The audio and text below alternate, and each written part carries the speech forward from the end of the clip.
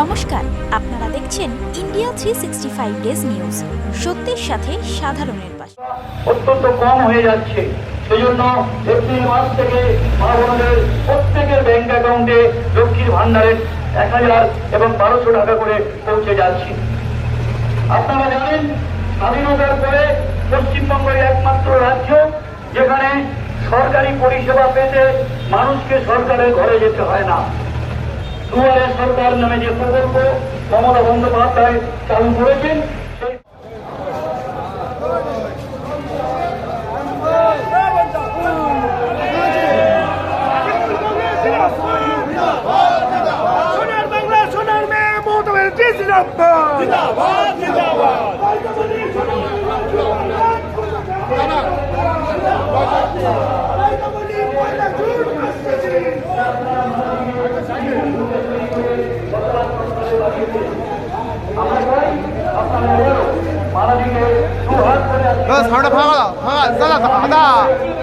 ভালো মানুষ আমরা দেখতে পাচ্ছি এই এলাকায় সমস্ত মহিলারা এসেছেন, মালাদির দিকে ফুল ছুড়ে দিচ্ছেন। তারা বলছেন, মালাদি তুমি এগিয়ে চলো, আমরা তোমার সাথে আছি। মহিলাদের স্বতঃস্ফূর্ত উন্মাদনা প্রমাণ করে দিচ্ছে বাংলায়।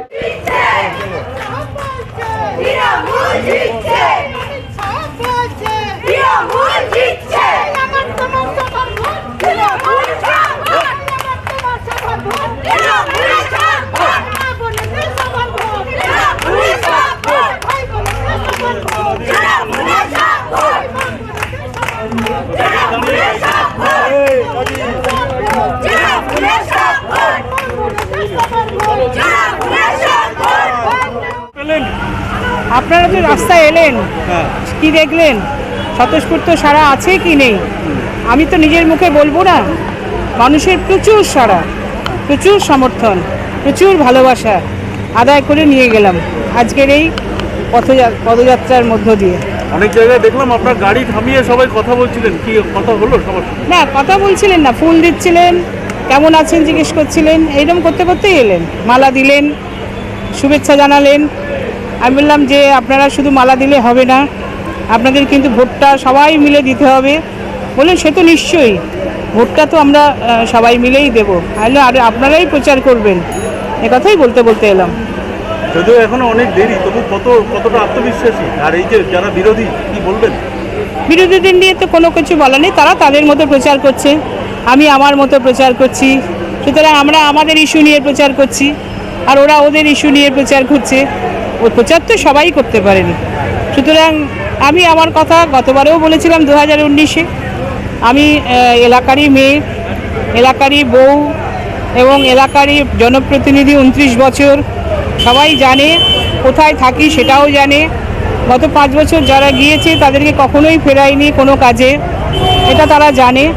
সেটা সরকারি সাহায্যই হোক, সেটা ব্যক্তিগত সাহায্যেই হোক, আইনি সাহায্যই হোক, সব কিছু তাদের পাশে দাঁড়িয়েছি। মানুষ সেটা বিশ্বাস করে, আর কাজ করতে আমি ভালোবাসি, কাজের মধ্যে থাকতে ভালোবাসি। কতটা আত্মবিশ্বাস? জিতবো তো বটেই, জিতবো বটেই। মার্জিনটা গতবারের থেকে কতটা বাড়বে সেটাই ভাবছি। সেটা আরও 1 মাস আছে, আরও 1 মাস আছে, তারা বলে দেবে। বাম প্রার্থী যিনি বলছেন ইস্যু হবে দুর্নীতি, কি বলবেন? ব্যক্তিগত আমার দুর্নীতির কথা বলছেন?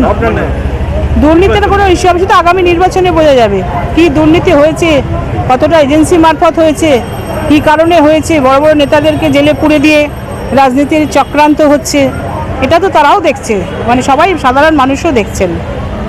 এবং সেটাই দেখবেন আগামী দিন, মানুষ ভোট দেবে কোনখানে। দুর্নীতির কথা বলে তো বিধানসভাও অনেকে ভোট চেয়েছিলেন, ভোট কাকে দিয়েছেন দেখেছেন। বাংলার মানুষ কতগুলো আসন দিয়েছিলেন, লোকসভাতেও আমরা প্রচুর আসন পাবো, এটুকু বিশ্বাস রাখি এবং সেই আত্মবিশ্বাসী সেই জন্যে।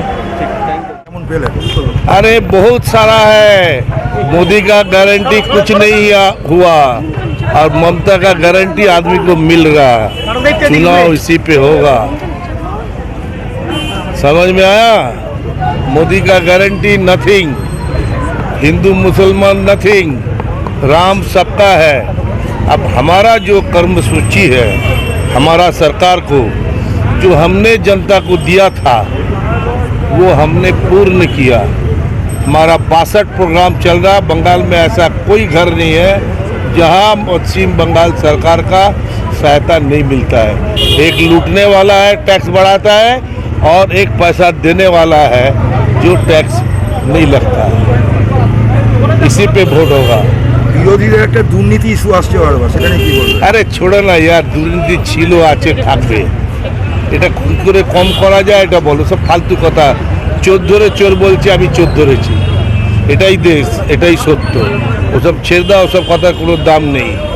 যেখানে সরকারকে বলছে সুপ্রিম কোর্ট যে বন্ডের যে আইনটা তৈরি করা হয়েছে সেটা আনকনস্টিটিউশনাল, মানে অসাংবিধানিক,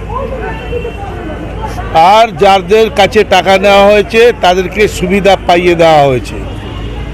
এর থেকে বড় প্রমাণ কিছু নেই। সেই লোকটা দেশের প্রধানমন্ত্রী ঘুরে বেড়াচ্ছে। আর আমাদের অরবিন্দ কেজরিওয়াল অপরাধ করেছে কি করেনি তার বিরুদ্ধে যে অভিযোগ কোর্টে প্রমাণিত হয়নি, সে জেলে আছে। This is the difference in between. একদিকে স্বৈরতন্ত্র, একদিকে গণতন্ত্র। एक तरफ ममता बनर्जी और एक तरफ मोदी भैया का जाने का टाइम हो गया। এই ইলেকশনে মার্জিনের কি অবস্থা? মার্জিন কতটা বাড়তে পারে? अरे मार्जिन बहुत बढ़ेगा भैया, सोचो मत। खाली घूमते रहो इनका पीछे और देखते रहो।